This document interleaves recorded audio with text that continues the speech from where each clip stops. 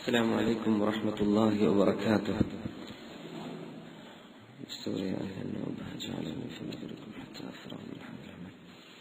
أعوذ بالله من الشيطان الرجيم. بسم الله الرحمن الرحيم. الحمد لله وبنعمته تتم الصالحات. اللهم لك الحمد كما ينبغي لجلال وجهك وعظيم سلطانك. سبحانك لا علم لنا إلا ما علمتنا ولا معرفة إلا ما ألهمتنا.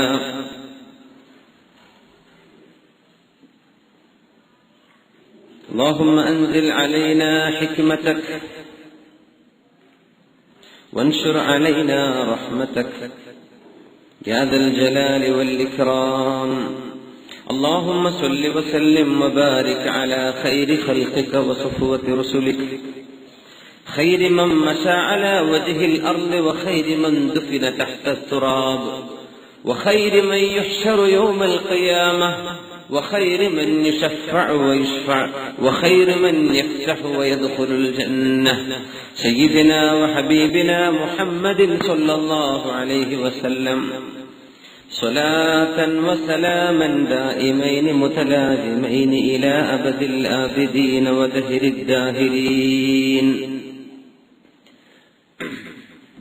أعوذ بالله من الشيطان الرجيم. بسم الله الرحمن الرحيم.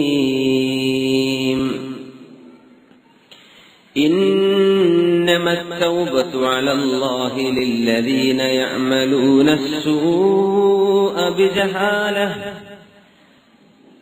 إنما التوبة على الله للذين يعملون السوء بجهالة ثم يتوبون من قريب فأولئك يتوب الله عليهم وكان الله عليما حكيما. وليست التوبة للذين يعملون السيئات حتى إذا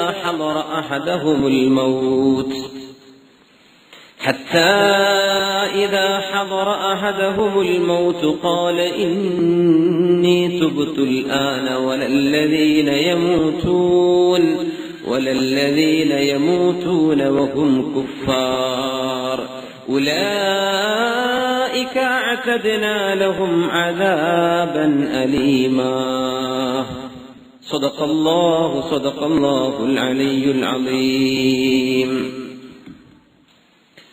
खुदा के रूबरू जिस दिन क़यामत का वफा होगा, उसी दिन बाप बेटे का न बेटा बाप का होगा, न हमशेरा बरादर की न बीवी अपने शौहर की।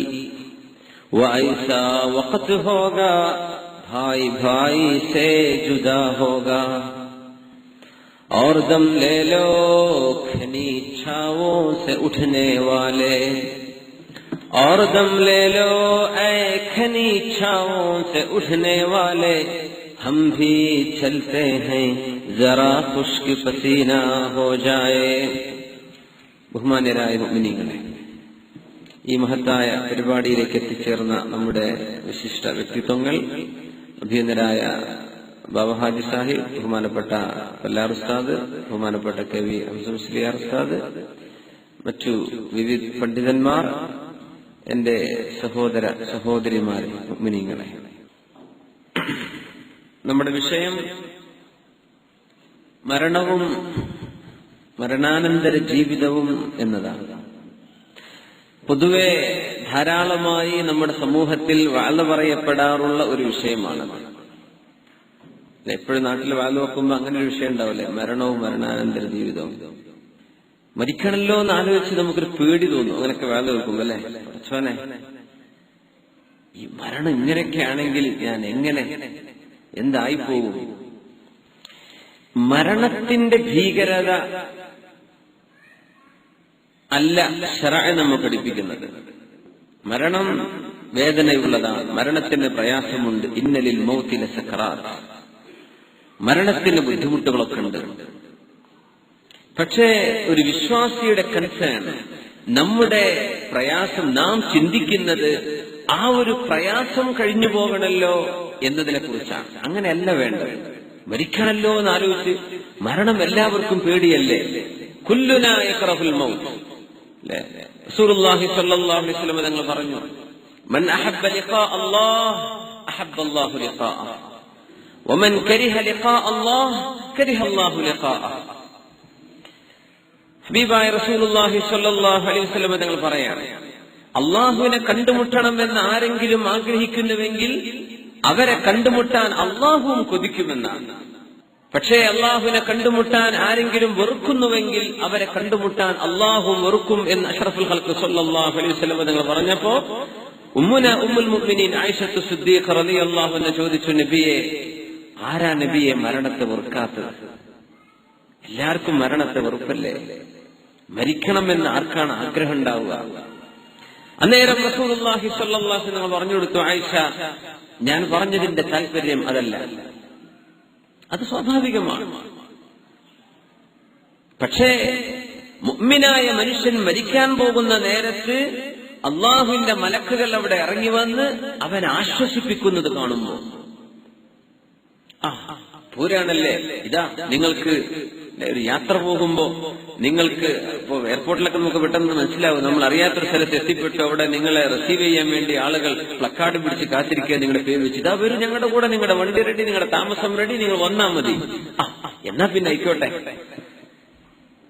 മുഅ്മിനായ മനുഷ്യന് അള്ളാഹുവിന്റെ മലക്കുകൾ സന്തോഷം പറഞ്ഞു കൊടുക്കുമ്പോ വരാൻ പോകുന്ന സ്വർഗത്തിന്റെ ആ ചിത്രങ്ങളും അനുഭവങ്ങളും ഇങ്ങനെ കാണിച്ചു കൊടുക്കുമ്പോ, യാ അല്ലാഹ്, ഞാൻ വരികയാണ്, ഞാൻ പോരുകയാണ് എന്ന് മുഅ്മിനായ മനുഷ്യന്റെ ഉള്ളിൽ നിന്നൊരു തോന്നൽ വരും. അങ്ങനെ വരുന്നത് അള്ളാഹുവിന് ഇഷ്ടമുള്ളത് കൊണ്ടാണ്. അപ്പൊ ആരാണ് അള്ളാഹുവിനെ കാണാൻ ഇഷ്ടപ്പെടാതിരിക്കുക? ഞാൻ പോവാണ്. അപ്പൊ മരണത്തിന്റെ സമയത്ത് ഏറ്റവും നല്ല അനുഭവമുള്ള മുഅ്മിനീങ്ങളെ സംബന്ധിച്ചാ പറഞ്ഞത്, അവർക്ക് അള്ളാഹുവിനെ കണ്ടുമുട്ടൽ ഇഷ്ടമാണെങ്കിൽ അള്ളാഹ്ക്ക് അവരെ കണ്ടുമുട്ടലും ഇഷ്ടമാണ്.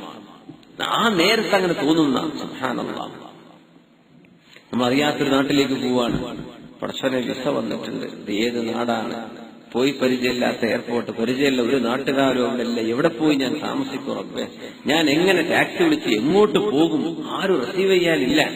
നമുക്ക് പരിചയമൊരു ഉദാഹരണം പെട്ടെന്ന് ആലോചിച്ച് നോക്കൂ. ആ സമയത്ത് നമുക്ക് വെറുപ്പാണ്, പ്രയാസമാണ്, ബേജാറാണ്. കാഫിറായ ഒരു മനുഷ്യൻ മരിക്കാൻ പോകുന്ന അനുഭവം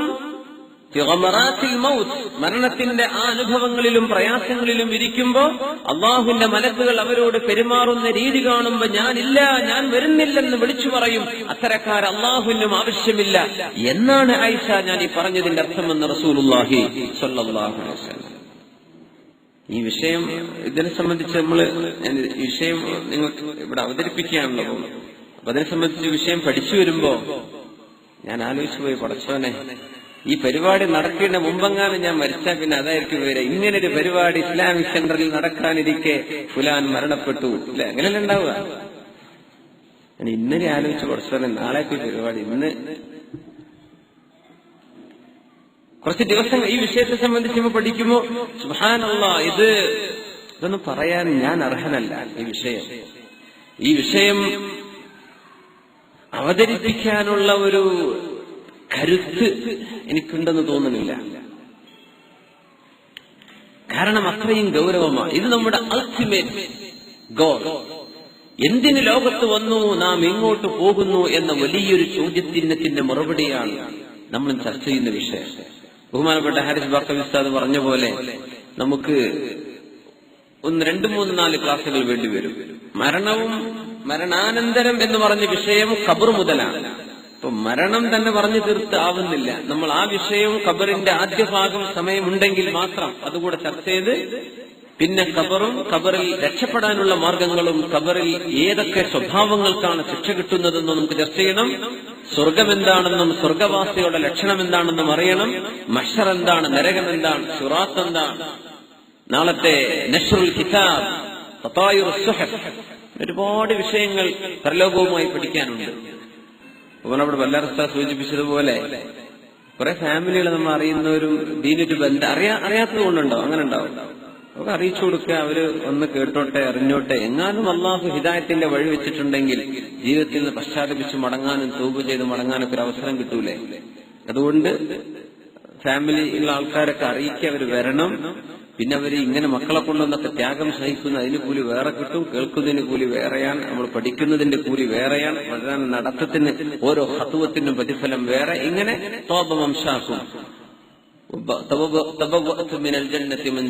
അള്ളാഹുവിന്റെ മലക്കുകൾ ചില ആളുകളോട് പറയും, എനിക്ക് നിങ്ങളുടെ നടത്തം നന്നായി, നിങ്ങളുടെ ഇരുത്തം നന്നായി, നിങ്ങൾ വന്നത് നന്നായി, സ്വർഗത്തിൽ അള്ളാഹു നിങ്ങൾക്കൊരു വീടും തന്നിരിക്കുന്നു എന്ന് പറയപ്പെടുന്ന ചില ആളുകൾ, അവരിൽ അള്ളാഹു നമ്മൾ ഉൾപ്പെടുത്തുമാറാകട്ടെ. മഹാനായ വഹബ് റളിയല്ലാഹു അൻഹു, വഹബ് ബിൻ മുനബ്ബിഹ്, അവര് പറയാണ്, മരണമാസന്നമായ ഒരു മനുഷ്യന്റെ അടുത്ത് ദുനിയാവിൽ നിന്ന് റൂഹ് പിരിയുകയാണ്, ആത്മാവ് പിരിയുകയാണ്. ആ നേരത്ത് നമ്മുടെ കസബത്തിന്റെ മലക്കുകൾ, നമ്മുടെ വലത് ഷോൾഡറിലും ഇടത് ഷോൾഡറിലും നന്മ തിന്മകൾ രേഖപ്പെടുത്തുന്ന ആ രണ്ട് മാലാഖമാർ മലക്കുകൾ മരിച്ചുപോകുന്ന മനുഷ്യന്റെ കൺമുമ്പിൽ നിന്നിട്ട് പറയും, നല്ല മനുഷ്യനാണെങ്കിൽ മാ അഹ്സനക അഹ്സനല്ലാഹു ജിവാറക, നിങ്ങൾക്ക് അല്ലാഹു നന്മ ചെയ്യട്ടെ. എത്രയോ ഇൽമിന്റെ മജ്ലിസുകൾ നിങ്ങൾ ഞങ്ങളെ കൊണ്ടുപോയിരുത്തി, അൽഹംദുലില്ലാഹ്. എത്രയോ ദിക്റിന്റെയും സ്വലാത്തിന്റെയും മജ്ലിസുകളിൽ നിങ്ങൾ ഞങ്ങളെ കൊണ്ടുപോയിരുത്തി. എത്രയോ നല്ല സമയം നിങ്ങളോടുകൂടെ ഖുർആൻ ഓതുന്ന അവസരം ഞങ്ങൾക്കുണ്ടായി. ജസാക്കല്ലാഹു അന്നാ ഖൈറ, അല്ലാഹു നിങ്ങൾക്ക് ഖൈർ തരട്ടെ എന്ന് പറഞ്ഞ് യാത്ര പറയുമെന്നാണ്.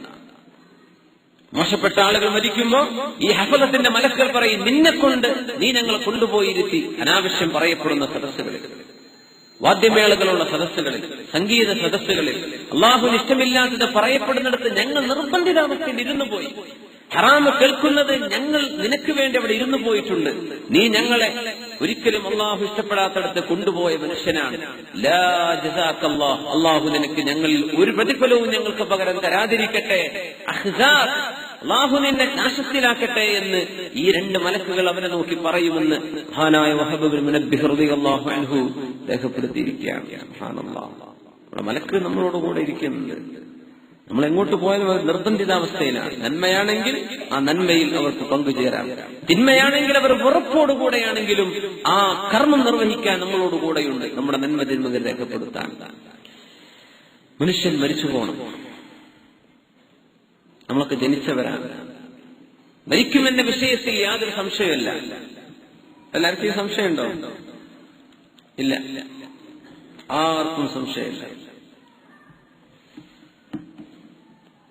സംശയമുണ്ടോ? പക്ഷെ സംശയം ഉണ്ട്, നമുക്കതറിയാം. പക്ഷേ നമ്മൾ സംശയത്തിലാണ്.